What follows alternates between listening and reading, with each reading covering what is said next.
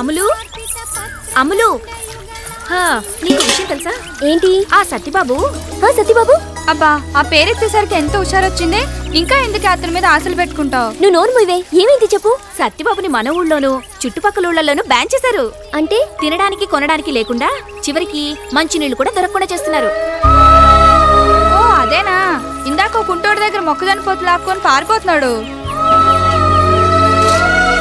డబ్బుంటే చాలు, ఇంకేం అక్కర్లేదనుకున్నాడు పిచ్చివాడు. నీకు అన్యాయం చేసినందుకు వాడికి మంచి శాస్త్ర జరిగిందిలే.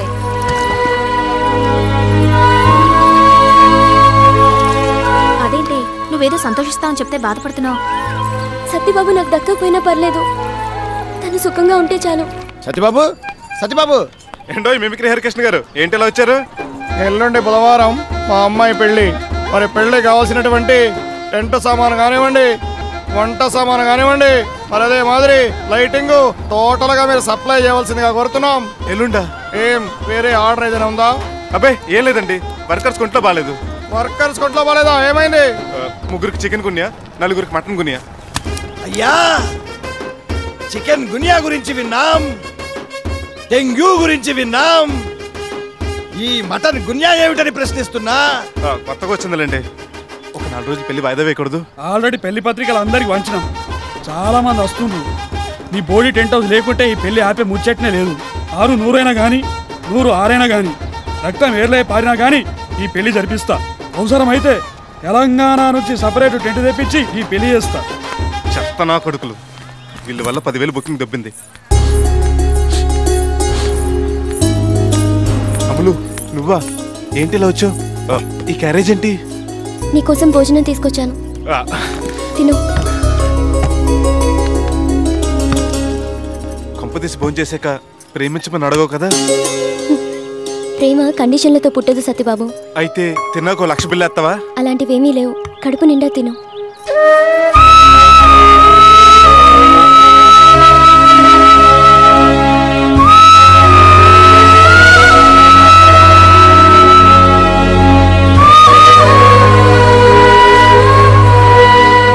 అమ్ములు, 2 రోజులైంది భోజనం చేసి. రాత్రి ఆకలి తట్టుకోలేక దొడ్లో ఉన్న పచ్చి బాబేసుకొని కోసుకుని తినేశాను.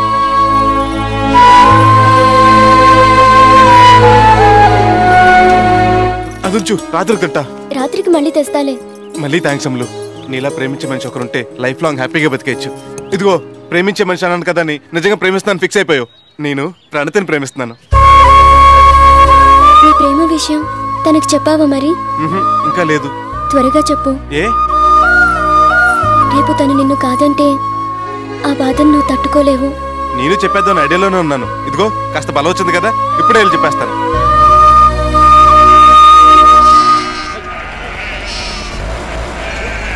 Stop stop. ఏంటండి, పెట్రోల్ అయిపోయిందా? కాదండి, మీతో కొంచెం పర్సనల్ గా మాట్లాడదామని. అలా గడ్డిమేట దగ్గరికి వెళ్దామా? అయ్యో వద్దండి, గడ్డిమేట చోటికి పంప్ షెడ్ దగ్గరికి వెళ్తే పబ్లిక్ మిమ్మల్ని ఆ టైప్ అనుకుంటారు. అలా పక్కన మాట్లాడుకుందాం. ఏంటో చెప్పండి. ఐ లవ్ యూ అండి. ఎప్పటి నుంచి? ఆ రోజు రోడ్డు మీద మీకు ఇచ్చింది పెట్రోల్ కాదండి, డీజిలా? కాదు, నా మనసు. ఓ, లవ్ అట్ ఫస్ట్ నైట్ అండి. ఫస్ట్ నైట్ కాదు, ఫస్ట్ సైట్. అదే, ఆ రోజు నుంచి మీ మీద ప్రేమ చక్రవడ్డీ లాగా రోజు రోజుకి పెరిగిపోతుంది. పెరిగి మిమ్మల్ని పెళ్లి చేసుకోమంటుంది. ఓకే. ఓరి నాయనోయ్, మీరు ఇంత త్వరగా నన్ను ప్రేమించేస్తారు అనుకోలేదు. హలో, నేను మిమ్మల్ని ప్రేమించడం లేదు. అదేంటండి, పెళ్లి చేసుకుంటా అంటే ఓకే అన్నారు. పెళ్లి చేసుకుంటాను కానీ ప్రేమించడం లేదు. ప్రేమించకుండా పెళ్లిలో చేసుకుంటారు. ప్రపంచంలో పెళ్లిళ్ళన్నీ ప్రేమించాకే జరుగుతున్నాయా? గొప్ప లాజికేనండి. ఆయన పెళ్లికి ఒప్పుకున్నప్పుడు లవ్ తో పనే ఉంది, పెళ్లి ఎప్పుడు చేసుకుందాం. చాలా ఫాస్ట్ గా ఉన్నారు. ఆ విషయం మా నాన్నగారికి చెప్పి. ఇందులో ఆయన ఎంటర్ప్రెన్స్ ఎందుకు? కావాలంటే పని చేద్దాం. శుభలాక్ లేం చేయక ఫస్ట్ కార్డ్ ఆయనకి ఇచ్చి చెప్దాం. ఆయన ఒప్పుకున్నాకే కదా కార్డులు వేయించాలి. కార్డులు ఏం చేస్తే చచ్చినట్టు ఆయన ఒప్పుకుంటాడు. అలా నేను ఒప్పుకోను. ఓ, అంత పవర్ఫుల్ సెంటిమెంట్ అండి? అవును, నా పెళ్లి విషయంలో నేను ఒప్పుకోకపోయినా పర్లేదు, కానీ ఆయన ఒప్పుకుంటేనే నాకు మీతో పెళ్ళవుతుంది. అనుకున్నానండి, మడత లేకుండా కాజా ఉండదని. సర్లేండి, మీరు ఇదే ఆపరేషన్ కంటిన్యూ చేస్తే ఆయన కాళ్ళ మీద పడైనా సరే మన పెళ్లికి ఒప్పించేస్తాను. అందాక ఈ పువ్వు తీసుకోండి. ఇది కూడా ఆయనకే ఇవ్వండి.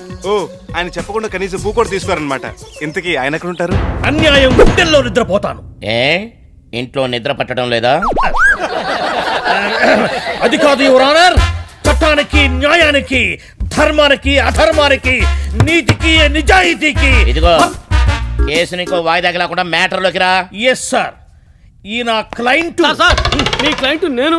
ఓ సారీ, ఈ నా client sir judge Jagannatham sir వాదించేటప్పుడు కంట్రోల్ గా ఉండాలని మీకు ఎన్నిసార్లు చెప్పాను. నిన్న అంతే మిలాడ్ అంటూ చేయి విసిరావు. మీ చేతి వచ్చి ఊడొచ్చి బంట్రోతు మూతికి తగిలి 3 కుట్టబడ్డాయి పాపం. మొన్నటికి మొన్న ఇవి రానంటూ చూపుడు వెళ్తూ నా కళ్ళు పొడిచాడు. కళ్ళ చూడదు కాబట్టి లక్కీగా నా కన్ను పోలేదు. Sorry, very sorry. మగవాడికి పువ్వు ఎందుకయ్యా, లేడీస్ కమ్ముకో. నేను పూలు అమ్ముకున్నాను కదా సార్. ఓ, కోర్టులో దొంగ సాక్ష్యం చెప్పేవాడివా? ఇప్పుడు అవసరం లేదులే. కాదండి బాబు, నేను మీ ఫ్యాన్ని. ఓ, కోర్టులో కేసు భలే వాదించారు సార్. థ్యాంక్స్. వస్తా. సార్ సార్ పువ్వా తీసుకో. దీని గురించి కాదు సార్, మీతో ముఖ్యమైన విషయం మాట్లాడాలి. కేసు విషయం అయితే ఇంటికి వచ్చి మాట్లాడు. మీ అమ్మాయి కేసు. అమ్మాయి కేసా? కేసు అంటే ఆ కేసు కాదు సార్, మీ అమ్మాయి మ్యారేజ్ మ్యాటర్ గురించి. నా పేరు అత్తల్ సత్యబాబు, LKG. ఇది క్యాప్షన్ కూడా వేస్తే నువ్వురా. ఓ, ఆ సత్యబాబు నువ్వేనా? నీ గురించి మా అమ్మాయి చెప్పిందిలే. రా ఇంటికి వెళ్ళి మాట్లాడుకుందాం. సో మా అమ్మాయికి పెళ్లి అనే యావజ్జీవ శిక్ష విధించాలనుకుంటున్నాం అన్నమాట. మీకు నా కాలు కడిగి ఛాన్స్ కూడా ఇద్దాం డిసైడ్ అయిపోయాను. కాళ్ళు కడగాలనో మూతులు తుడవాలనో తర్వాత డిసైడ్ చేద్దాం. కానీ నువ్వు వడ్డీ వ్యాపారం చేస్తావుగా? అవునండి, మెయిన్ బిజినెస్ అదే గానీ సైడ్ బిజినెస్ ఇంకా చాలా ఉన్నాయండి. సైడ్ బిజినెస్ లా అంటే సారాయి గంజాయి లాంటివే? అయ్యో కాదండి, టెంట్ హౌస్, రైస్ మిల్లు, చేపల చెరువు లాంటివి. ఏమైనా ఇంట్రెస్ట్ ఇచ్చే వాళ్ళంటే నాకు పెద్ద ఇంట్రెస్ట్ లేదయ్యా. భలే వారు సార్, వరల్డ్ బ్యాంక్ తో సహా మన బ్యాంకులోనే చేస్తుంది వడ్డీ వ్యాపారమే కదా.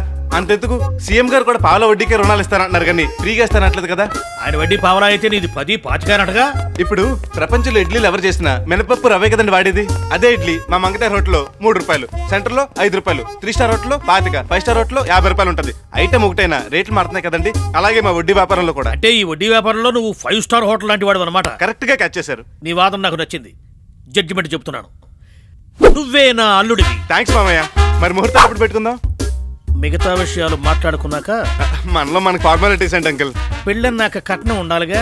పైసా అక్కర్లేదు. పైసాలు రూపాయలు ఎవరికి కావాలయ్యా? లక్షల సంగతి. లక్షణమైన మీ అమ్మాయిని ఇస్తే లక్షలు నాకెందుకు? నీకెవడిస్తాడు? మా అమ్మాయికి ఎంత ఇస్తామని అడుగుతున్నాను. అమ్మాయికి మీరు కదా కట్నం ఇవ్వాలి, నన్ను అడుగుతారేంటి? జోకు. తనని ప్రేమించేది నువ్వు, పెళ్లి చేసుకోవాలనుకుంటున్నది నువ్వు కాబట్టి జోక్ కాదు.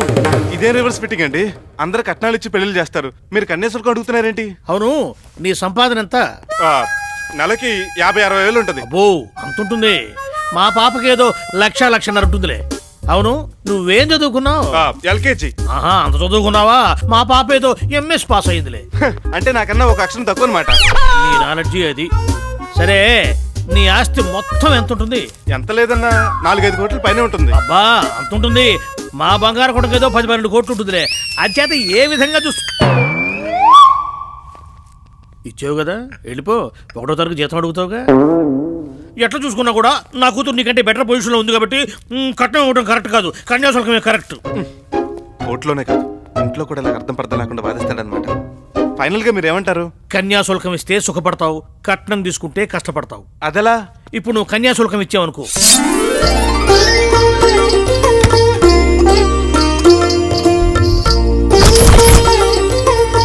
రెడ్ లైట్ చూసిన కల్లా ఎక్కడ ఆగిపోయావే? దగ్గరికి రా. ఏంటిది? నేను మీ పాదదాసినండి. పెళ్ళానివి కదా, ఇలాంటి ఫార్మాలిటీస్ ఏం అక్కర్లేదులే. లేదండి, బోలెడంత కన్యాశుల్కం ఇచ్చి నన్ను చేసుకున్నారు కాబట్టి మీకు అనుకూలంగా నడుచుకోవడం నా ధర్మం. అలాగా? అయితే నాకు అనుకూలంగా వచ్చి మంచం మీద కూర్చో. గుడ్. అలాగే అనుకూలంగా వెనక్కి పడుకో. తెంగరే, అనుకూలంగా పడుకోమంటే ఇలా పడుకోమని, అలా పడుకోమని కాదు. Very good. ఏంటి ఇది కూడా చూసేద్దామనే? Lights off. ఏమండి, లేవండి. హాయ్ డార్లింగ్, నువ్వెప్పుడు లేచిపోయావు? చిచి, ఆ పాడు మాటలేంటండి? నా ఉద్దేశం అది కాదు, ఇద్దరం ఒకేసారి పడుకున్నాం కదా, నువ్వెప్పుడు లేచావని. కన్యాశుల్కం ఇచ్చి చేసుకున్నారు కదండి, అందుకే ఉదయమే లేచి తలస్నానం చేసి ఇల్లు తుడిచి కళ్ళాపు జల్లి ముగ్గు పెట్టి మీకు కాఫీ కలిపి తీసుకొచ్చాను. Very good.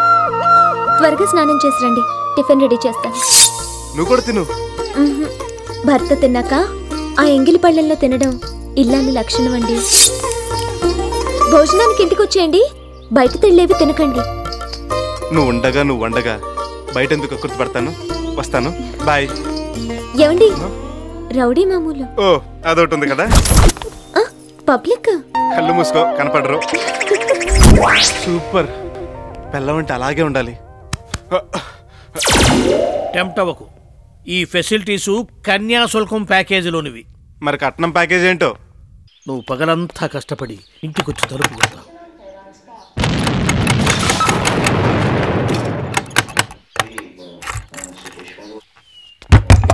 గడ తీసిందనివి అలాగే తలుపు కూడా తీయొచ్చుగా. గెడ తీసిన సౌండ్ విన్నప్పుడు తలుపు తోసుకుని రావచ్చుగా. అలాగే వచ్చాం. సర్లే ఒక గ్లాస్ మంచినీళ్ళు తీసుకురా. గ్లాసుకు 10 ఇస్తే తెస్తా.